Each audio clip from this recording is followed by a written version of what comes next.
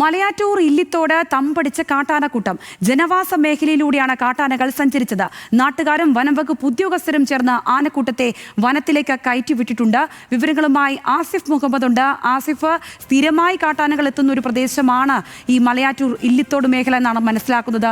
ഇപ്പോൾ ഈ കാട്ടാന എപ്പോഴേക്കാണ് ഇങ്ങോട്ട് എത്തിയതും ഇവരെ തിരിച്ച് കാട്ടിലേക്ക് കയറ്റിയതുമൊക്കെ അവിടെയുള്ള പ്രദേശവാസികളടക്കമുള്ളവർ ഇപ്പോഴും ഭീതിയിലാണോ?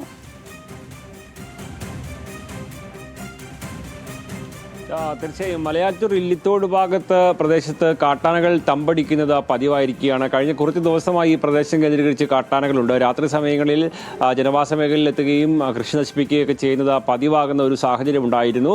ഇന്നും സമാനമായ രീതിയിൽ തന്നെ പകൽ സമയത്തും കാട്ടാനക്കൂട്ടം ജനവാസ മേഖലയിൽ തമ്പടിക്കുന്ന ഒരു സാഹചര്യമായിരുന്നു. മാത്രമല്ല, വാഹനങ്ങൾ കടന്നു പോകുന്ന വഴിയുടെ അടക്കം ഉള്ള സമീപ പ്രദേശങ്ങളിൽ കാട്ടാനക്കൂട്ടം തമ്പടിച്ചതോടുകൂടി ആളുകൾ സ്വാഭാവികമായും വീണ്ടും വലിയ ആശങ്കയിൽ ആകുകയായിരുന്നു. അതിനെ തുടർന്നാണ് ഇപ്പോൾ നാട്ടുകാരും വനംവകുപ്പും ചേർന്ന് വീണ്ടും ഈ കാട്ടാനക്കൂട്ടത്തെ വനത്തിനുള്ളിലേക്ക് തുരുത്തിയിട്ടുണ്ട്. പക്ഷേ ഇങ്ങനെ തുരുത്തുമ്പോഴും ഈ കാട്ടാനക്കൂട്ടം സ്ഥിരമായി ജനവാസ മേഖലയിലേക്ക് എത്തുന്നത് തടയാൻ ആവശ്യമായുള്ള ഒരു ശാശ്വതമായ പരിഹാരം ഉണ്ടാവുന്നില്ല എന്നുള്ളതാണ് ഏറ്റവും പ്രധാനപ്പെട്ട ഒരു കാര്യം.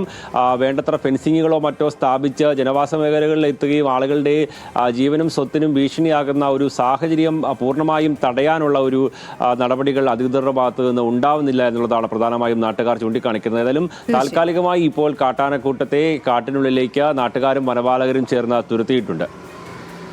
തീർച്ചയായും ആസിഫ, എന്താണെങ്കിലും ഇക്കാര്യങ്ങളിൽ താൽക്കാലികമായ ഒരു ശമനം മാത്രമാണ് എല്ലാ ദിവസവും കേരളത്തിൻ്റെ ഓരോ ഭാഗത്തു നിന്നും ഉണ്ടാക്കാൻ നമുക്ക് ആവുന്നത്. ശാശ്വത പരിഹാരം ഉണ്ടാവുന്നില്ല എന്നുള്ളതാണ് യാഥാർത്ഥ്യം.